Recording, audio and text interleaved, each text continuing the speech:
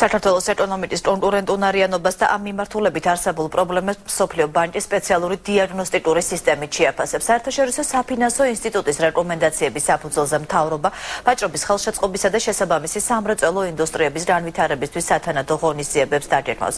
მსოფლიო ბანკის პირველად ანალიზს ეკონომიკის სამინისტრო დღეს გაეცნო, რომლის შემდეგ ვაჭრობისა და ინდუსტრიების კონკურენტუნარიანობის გაზრდის თემებზე მაღალი დონის პოლიტიკური განხილვები წარიმართება.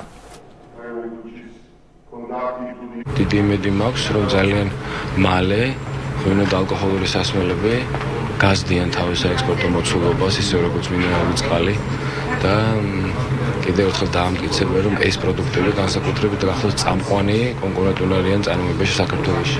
იწყება მოლაპარაკება ხილისა და ბოსტნეულის თაობაზე, სხვა უწყებასთან, მაგრამ ასევე რუსეთში და ვფიქრობ, რომ სადღაც ალბათ გაზაფხულის ბოლოსთვის პასუხი უნდა კონდეს და დიდი მოლოდინი გვაქვს, რომ ეს იქნება დადებითი პასუხი.